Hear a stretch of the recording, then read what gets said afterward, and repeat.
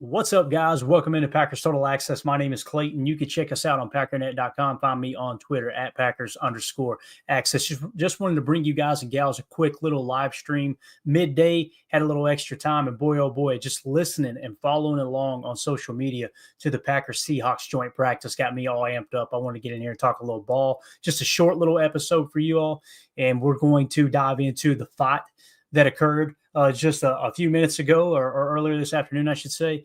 And we're going to talk a little Matthew Golden. And just keep in mind, this is all kind of leading up to our live stream this evening at 6:30 p.m. Central Time for PTA Live, where we'll have the guys in here discussing everything that happened at training camp practice. Before we dive into this, though, if you guys would do that YouTube stuff for me, hit like, hit subscribe. If this is your first time tuning into PTA, welcome. Thank you for making us a part of your afternoon. We're not experts here. We're not insiders. We're not media members. We're fans just like you talking Packers on the daily. We do pregame shows, postgame shows, film breakdown, the whole 9 yards. So if that's the type of content you're looking for, feel free to sub and make sure you click that bell icon so you're notified every time we do go live, like right now, randomly. So let's dive into it real quick. So obviously some of the news of the day, this was tweeted out by our good buddy Baz over at Basariski Productions. Make sure you'll give him a follow at Basariski over on X, and obviously got an awesome YouTube channel, a good close friend of mine. He had tweeted out this video, or at least shared it. It looks like it was originally shared by Chase.Knits on Instagram. And this was the fight between the Packers and the Seahawks as we amp it up here and go somewhat full screen. Probably won't even matter. Let's just keep it right there. We're going to have the volume up a little bit so you can kind of hear the fans' reactions, the crowd's reaction. I want you to really key in on Zach Tom running into the right side of the pile and just throwing absolute haymakers. And then we're going to hear from Zach Tom here in a second. The two that stood out to me, I think Zach Tom did get thrown out of practice, if I understood correctly. He comes in throwing some punches. Tucker Kraft follows him right into war and tackles. I think it was Witherspoon he takes to the ground. He's got 2 or 3 Seahawks scraped off of him. So these guys are not playing around. Let's hit it.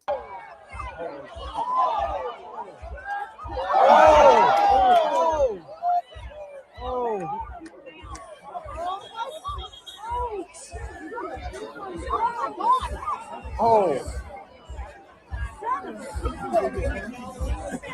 my God.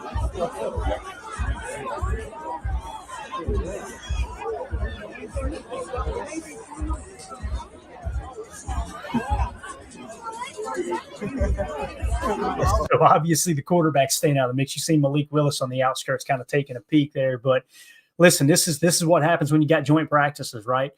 It's nice to get work in against, ones versus ones and that type of thing, but boy, tempers are going to flare. You guys know the new norm across the NFL. They used to do 2 joint practices when teams would come into town. Now they've limited it to 1 to prevent fights like this, but it's obviously still going to happen, especially when it's hot out there, everybody in full pads. But again, you see at the beginning of this video, Zach Tom comes in, and here's what's crazy. Like Zach Tom, anytime we hear him speak to the media, he's very even keel. He's very just cool-mannered, seems like a really calm dude. It's obvious when he feels like something's happening to one of his boys in the huddle, he's going to come out swinging. As you see, throws a punch there, goes back, throws another punch, throws another punch. He swung on 3 different Seahawks. He was not playing around, and we'll hear from him here in just a second. There's where you see Tucker Kraft come in the backside of the pile, grab a hold of Witherspoon, take him to the ground, and obviously the rest of the skirmish kind of comes to an end as everybody kind of piles on. There's Matthew Golden a little too close to the pile for my liking. But again, it's football season, baby. We made it. We are here. So let's take a peek now into what Zach Tom said that set him off. And the volume is a little low on this video. Hopefully you guys can hear it. This was tweeted out by Matt Schneidman in the Packers locker room immediately following practice. Let's hear what Zach Tom had to say, and I'll try to clear it up for y'all if the volume is too low and read the tweet here. Here we go. I mean, they were in our huddle, and I saw somebody to my left got hit, so I just read it. Really nothing more.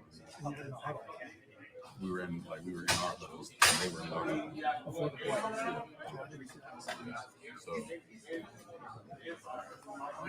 So somebody pushed one of your guys? Yeah. I'm not sure who he pushed, but I saw him jump over the top of somebody and hit one of our guys. So I just reacted that way. I'm telling you, man, you guys know what it was like growing up. It's the quiet ones you got to watch for, right? And Zach Tom is that dude. Zach Tom's not playing games. He's very, like I said, very even keel most of the time. But he said someone was in his huddle and he noticed a guy come over the pile and throw a punch, and that's where he just lost his mind. So I understand there's going to be some people say, hey, look, I don't like this. I get that. I can respect that opinion. I like it.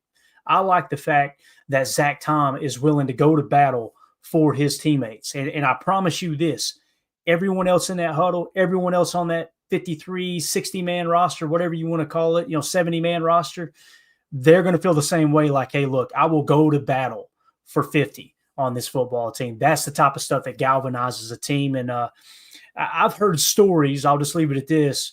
I've heard stories of teams planning a fight, certain players planning a fight, like, hey, we don't like where the level is of our team right now. We need to amp it up. I'm going to go add some juice right now.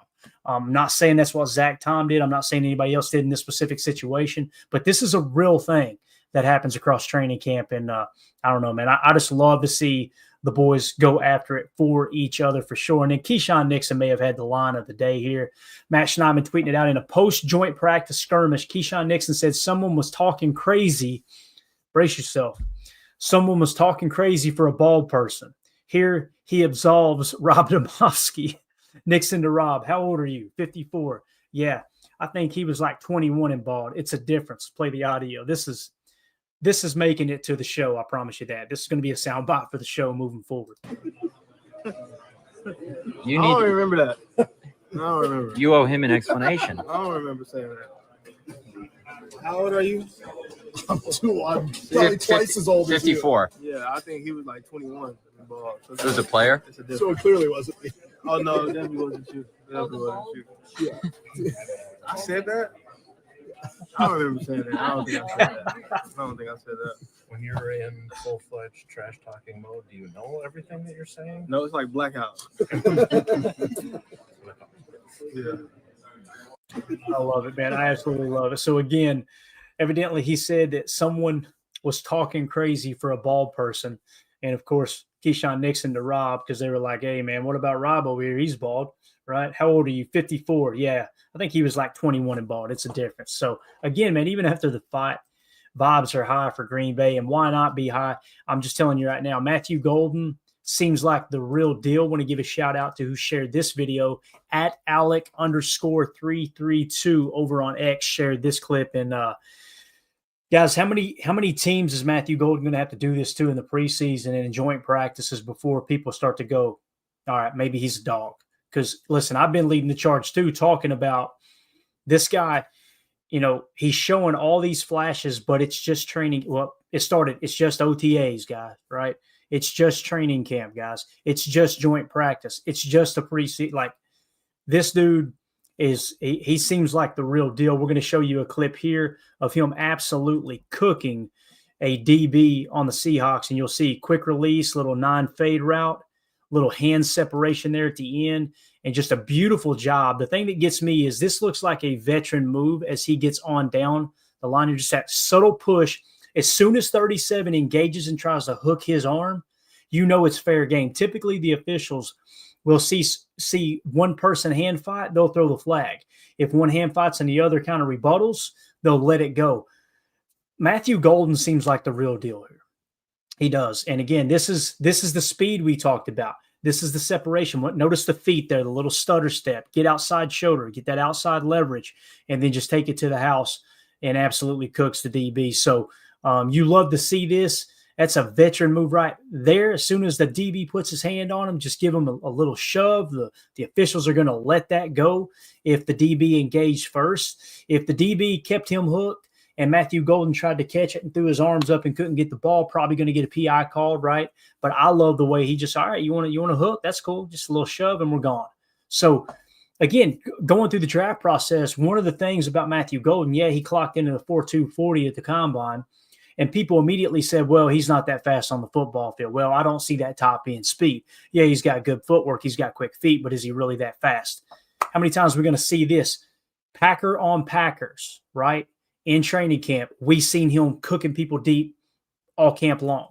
Then we seen it in joint practice against the Seahawks, working out routes. Footwork looked amazing. Now you're seeing him beat the Seahawks deep on a 9 route, a go route here. with a little hand separation. Matthew Golden's got the speed. It seems like it is as advertised. And the late hands right here, beautiful. You'll notice the DB didn't even get a chance to swat at it because he showed late hands. Matthew Golden showed late hands, kept his hands down so he couldn't tip when the ball was being delivered. Just seems like he's well beyond his years. And here's another clip. This one came out from Basarski Productions. He put over here on X as well. And, we showed you the 9 route, right? We showed you Matthew Golden winning deep. As Baz says here on X, good coverage, stronger hands. Matthew Golden is so great at using his hands/body to box out defenders. You kind of seen it on this last play. Let's watch him on this rep here. This is kind of a red zone play. They're lined up on the 15-yard line. Ball being snapped at the 15. You're seeing press coverage. Watch Matthew Golden work outside, inside, get back out. But more importantly, there's not a whole lot of separation here. What I want you to key in on, notice how strong his hands are on this rep. Phenomenal job by the rookie here, number 22 for the Packers. You'll see inside, back out, stutter step. Look at the strong hands. I mean, that's the type of stuff we're talking about. The hands catch, let's slow it down here too. Let's go about half speed here. Watch the hands at the end right here, guys. It's strong hands catch. The kid, I'm telling you, man, what boxes are we checking? Is he smart enough, right? Is he smart enough to play receiver at the NFL level? There was choice route central in Steve Sarkisian's offense down in Texas, right? And if you don't know what I mean by choice routes, just do a quick Google search, do a little studying on it. We're not going to take time to explain it here. But this guy understands how to read DBs, right, and find the open space. Now it's just a matter of getting chemistry with his quarterback. So if you've got good footwork, you've got top-end speed, you've got the awareness up top here to know how to activate choice routes when you need them, right? And you've got the strong hands. What else is there for a receiver that you need?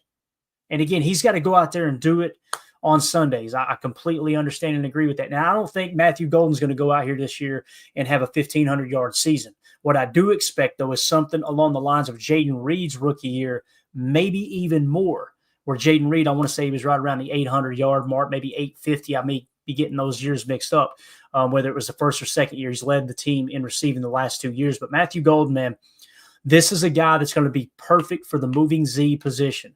And here's what I think will happen.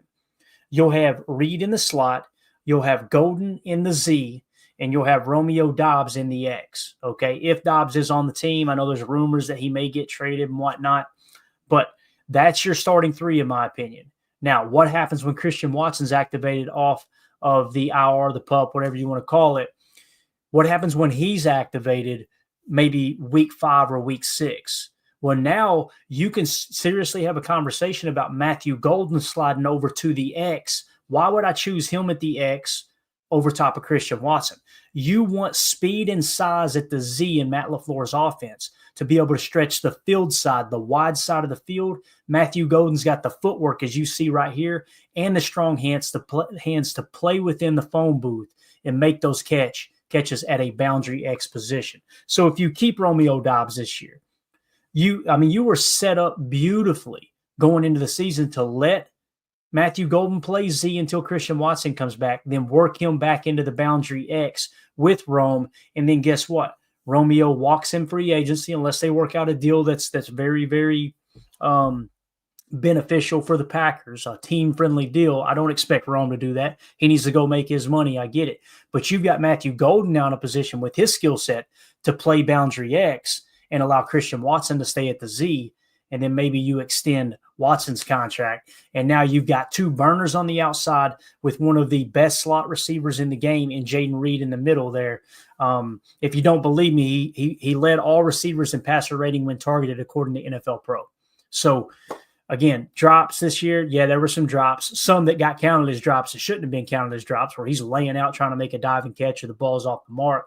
That's a discussion for a whole nother day. But really, really like the way this wide receiver room is trending here in Green Bay. So excited about it. I want to hear what your all's take is on the entire situation. So let us know in the comments as we get ready to get into PTA this evening. We want to know how you feel. What'd you think about the fight? Are you pro-fight? Are you anti-fight?